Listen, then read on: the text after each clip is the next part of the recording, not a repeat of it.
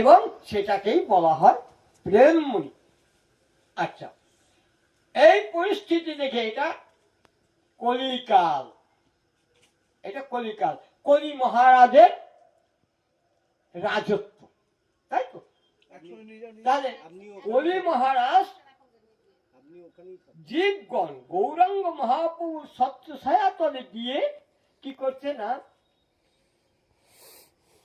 পুজো করছে, নিজ ইন্দ্রিয় উপাচার দিয়ে আর হরিবল হরিবল বলছে।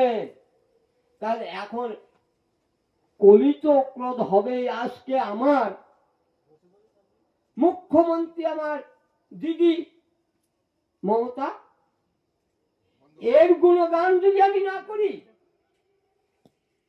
তাহলে আমার দিদি রুষ্ট হবেন, আমার ক্ষতিও হতে পারে। আর যদি আমার দিদির গুণগান করি তাহলে আমাকে মাথায় তুলে নাচবে হরে কৃষ্ণ, তাই তো? কি বল, তাই তো?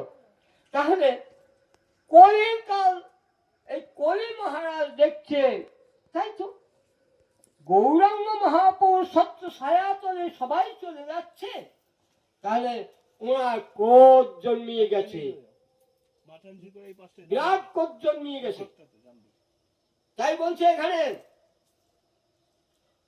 কলি দেখিয়া লোকের ভয় লোকের গতি, কলিযুগ সুরপতি ক্রোধে তনু হইল কম্পিত, অধর্ম ঐরাবতে কুমতি ইন্দ্রাণীর সাথে সসৈন্যে সাজিয়া আইল, কামমেঘ বরিশনে ক্রোধ বজ্র নিক্ষেপণে,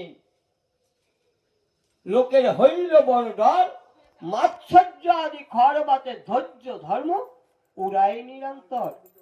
তাহলে এখানে কি করলাম, অধর্ম, ধর্ম আর অধর্ম, অধর্ম স্বরূপ ঐরাবত,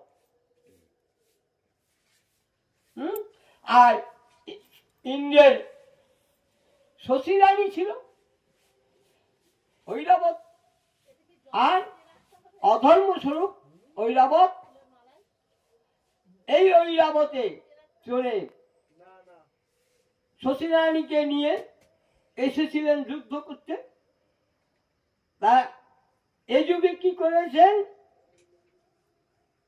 কুমতি, আমার কৃষ্ণ ভক্তি, আমার সুমতি আছে, আমার, আমি একজন গৌর ভক্ত মানুষ, হ্যাঁ, কৃষ্ণ প্রাণ, আমার ভিতরে এমন ভাবে কুমতিকে ঢুকিয়ে দিচ্ছে, আশেপাশে কুমতিকে ঢুকিয়ে দিচ্ছে।